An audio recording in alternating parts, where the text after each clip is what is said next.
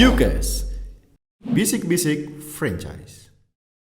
Halo Sobat Gibran, kembali lagi di UKS, UJF Podcast. Nah, di episode kedua kali ini kita akan bisik-bisik franchise. Dan spesial pada hari ini kita menghadirkan bintang tamu, perempuan, wanita cantik, mandiri, entrepreneur, dan masih muda. Ya, aku ucapin selamat datang. Halo Mbak Lonika Yunitiasti. Yunitiasti, nama yang cantik ya, kayak orangnya. Amin. Nah, Lonika Yunitiasti ini sering dipanggil L. L. Itu gimana ceritanya dipanggil L itu? Bisa dipanggil L itu karena saya punya usaha salon, dan itu namanya adalah L Salon. L Salon. Iya, karena nama Lonika itu ribet. Jadinya banyak customer salon yang bilang udah panggil aja L ya, udah sampai sekarang. Jadi nama Dipanggil. panggungnya L ya? Betul. Betul sekali. Sejak kapan ini sudah usia muda kayak gini, tapi udah punya salon? Kapan merintisnya ini L? Merintisnya dari tahun pertengahan 2020. Pertengahan berarti Iya, baru ya? baru banget dan kemudian buka di akhir tahun 2020. Terus apa? Kenapa salon? Apakah dulu dari basicnya itu emang udah passionnya dandan, suka dandani dari kecil? Atau gimana nih? Kenapa ceritanya? Gimana ceritanya bisa buka bisnis salon? Bisnis salon gimana ya? Sebenarnya latar belakangnya dari kecil tuh nggak ada feminim-feminimnya kan. Dulu tuh waktu kecil tomboy. Terus sampai akhirnya kuliah itu di Fakultas Olahraga di jurusan Pendidikan Olahraga. Tapi akhirnya karena hampir tiap hari aku suka banget namanya nyalon, terus jadi tertarik sampai akhirnya ya buka kayak gini. Dari olahraga jadi olah rambut ya? Iya, dari angkat beban sampai angkat hair dryer. Berarti emang awalnya emang dari suka nyalon itu, jadi terinspirasi buka salon gitu. Hampir tiap hari, karena kan kalau olahraga tuh kan gerah ya, keringetan terus, dan hampir tiap hari tuh nyalon terus. Nah dari situ kepo-kepo lah. Terus belajarnya nyalon itu di mana? Belajarnya sampai buka bisnis salon itu awalnya gimana? Belajar buat buka bisnis itu berawal dari aku kalau di kampus tuh ada namanya PPL itu kayak magang. Karena aku itu adalah dulu calon guru dulu di waktu kuliah, ngajar aku. Ternyata aku stres. Aku ngajar stres, nggak sesuai passion, dan akhirnya lulus langsung kursusnya dunia rambut ya, terus singkat cerita kerja juga, sempat kerja kurang lebih setahun, dan akhirnya memutuskan buat buka. Kerjanya di mana? Kerjanya di tempat gym atau tempat apa? Di tempat salon tuh. Di tempat salon. Kirain nerusin olahraga itu. Oh, enggak. Di tempat salon Terus akhirnya ya buka sampai sekarang ini. susah nggak sih buka salon itu? Atau tinggal buka pintu ya? Oh, tidak semudah membalikkan telapak tangan. Ya pastinya susah, apalagi buka di masa pandemi. Dan kebutuhan karena usahaku ini kan juga bergerak di bidang jasa ya, yang bisa dibilang bukan kebutuhan primer, bahkan bisa dibilang orang ini kebutuhan tersier gitu. Oke. Itu PR besar sih bagi aku untuk bisa tetap berjalan bisnis ini di masa pandemi, apalagi yang memang kalau untuk home service kita masih aku pribadi kurang menyarankan untuk hal itu. Makanya aku benar-benar buka tempat di daerah Perumnas itu, dan struggle-nya sih banyak banget. Apa tantangan yang paling terberat nih? Tantangan terberat untuk buka salon. Tantangan terberat, nah ini yang benar-benar dari kita sendiri sih, buat benar-benar buka. Berani nggak nih buka salon di masa pandemi kayak gitu. Terus habis itu juga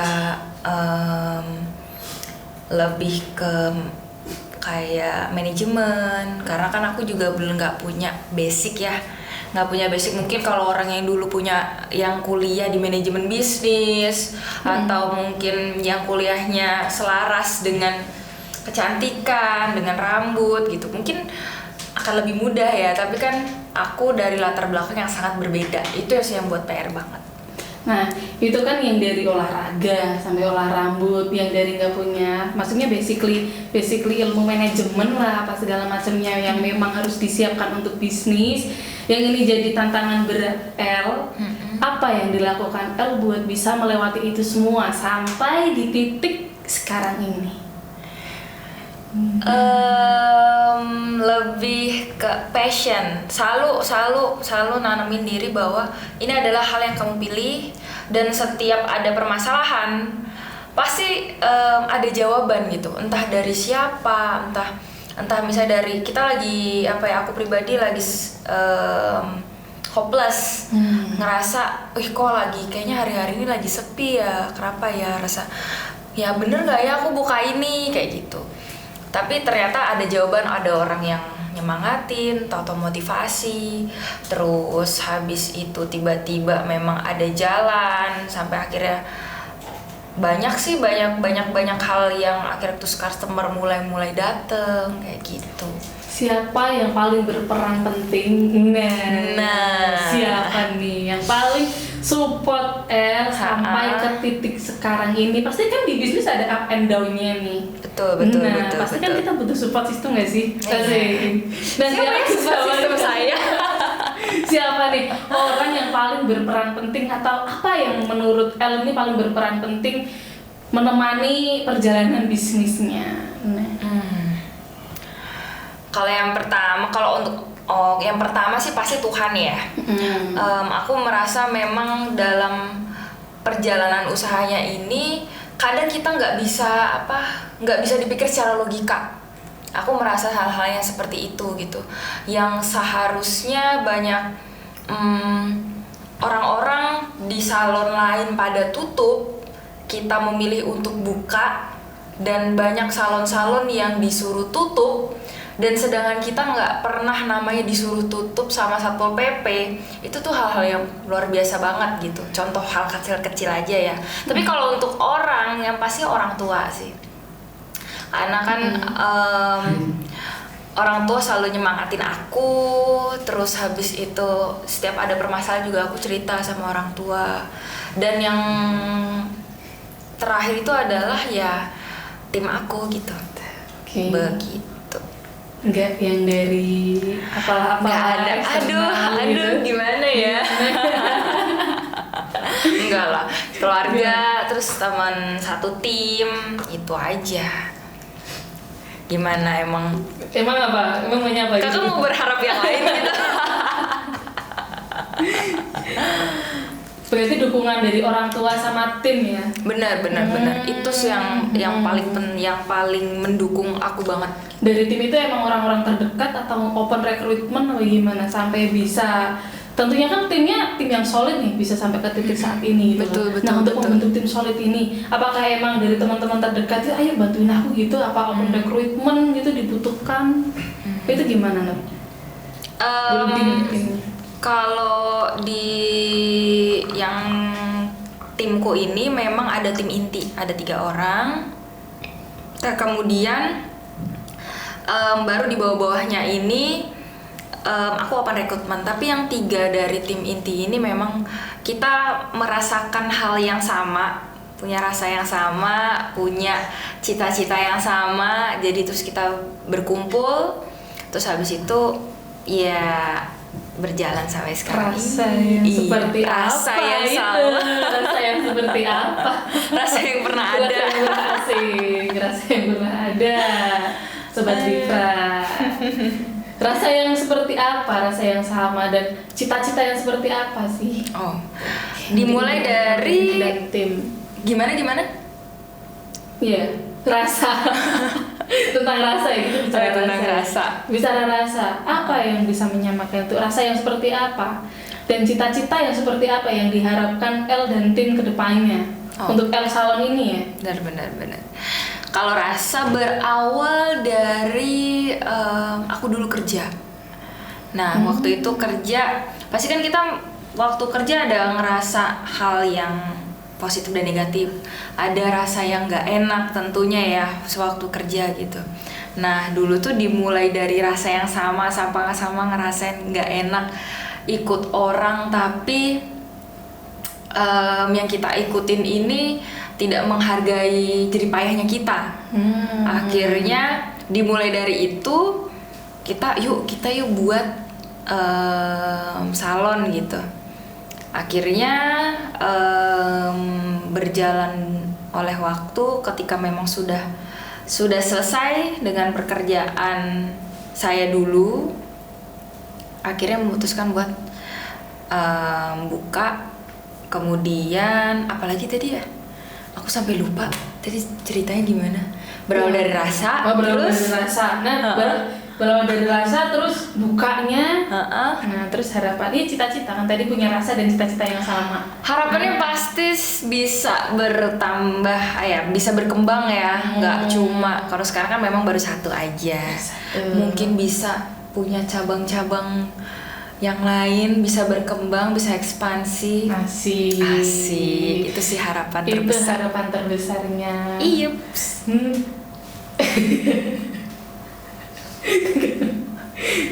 Nah, tapi setiap biasanya nih ya, keberuntungan adalah kesiapan yang bertemu dengan Kesempatan. Nah, cocok. Berarti L dan tim itu udah siap untuk mengekspansikan bisnisnya.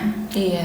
Kalau dari secara ini ya, secara kesiapan mental dan secara material yang memang mau diekspansikan, dari L Salon ini kan memang udah berjalan selama setahun ya.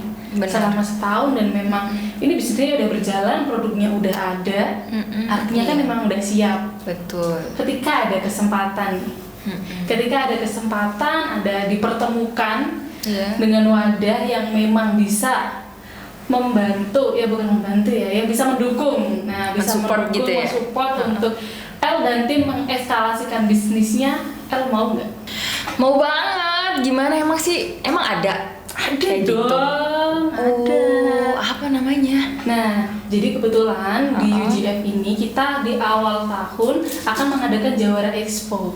Jawara Expo. Iya, Jawara Expo itu Jogja Waralaba Expo. Wih gila, keren Nah, di banget. sana konsepnya itu ada pameran 3 hari sama seminar yang kita akan mengundang speaker-speaker yang memang sudah expert bisnisnya, expert bisnis dari finansial, dari how to create franchise sampai ke maintain franchise-nya seperti apa. Dan nanti akan ada wadah untuk sharing dan interaksi juga. Dan di situ pameran itu diisi sama para pelaku bisnis yang akan memfranchise-kan juga yang sudah difranchise-kan, yang nantinya akan dipertemukan sama calon investor. Nah, sangat menarik itu. Nah, peserta si Jawara Expo ini diberikan kesempatan untuk bisa men-sharing, membagikan konsep bisnisnya akan seperti apa.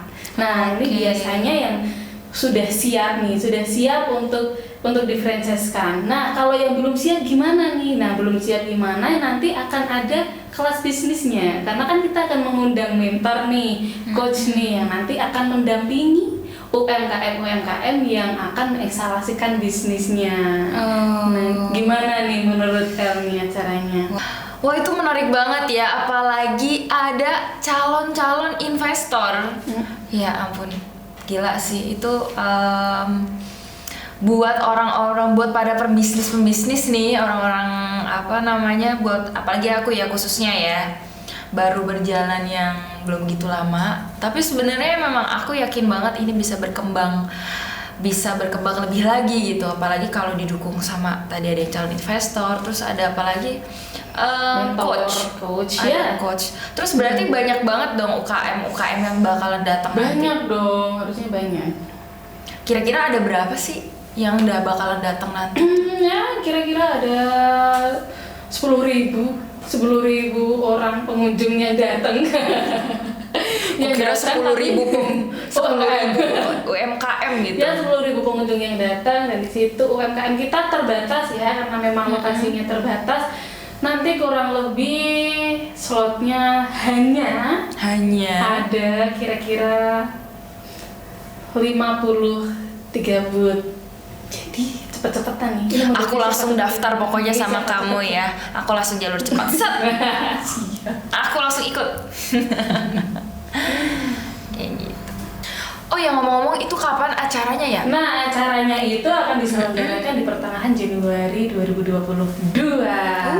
Dan di mananya ada di salah satu mall terkenal di Yogyakarta, mall terbesar. Asik. Aduh. Itu udah clue ya.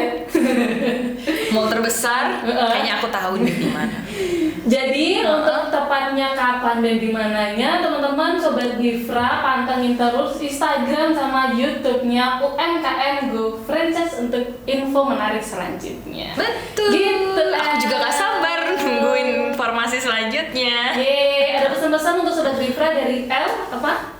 Oke, untuk Sobat Bifra yang memiliki UMKM ya, khususnya udah saatnya UMKM di Indonesia ini untuk up level. Salah satunya adalah bisa mengikuti UMKM Go Franchise ini, karena di situ banyak dapat hal yang kalian bisa pelajarin, apalagi banyak banget hal-hal yang bisa kalian dapetin. So, jangan ketinggalan.